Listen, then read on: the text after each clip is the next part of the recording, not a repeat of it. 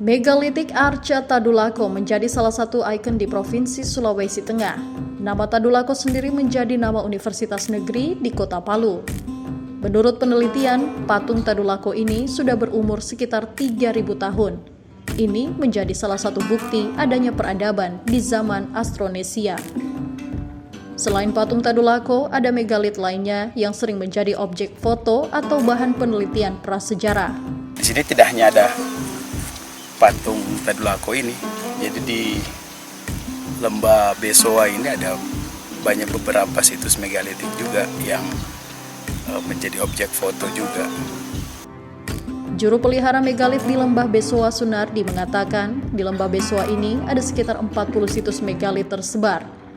Yang paling dikenal adalah megalit Tadulako dan situs Pokekea.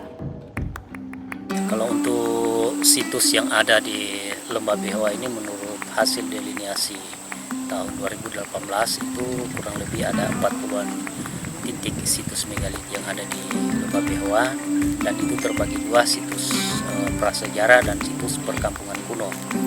Situs prasejarah itu ya seperti yang kita berada di tempat ini, dia menandakan ada kalamba, ada patung, ada dakon.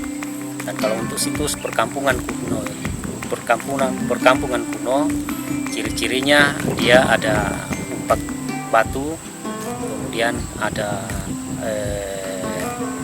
batu dakon dengan batu-batu yang lain tanpa ada kalamba dan patung-patung.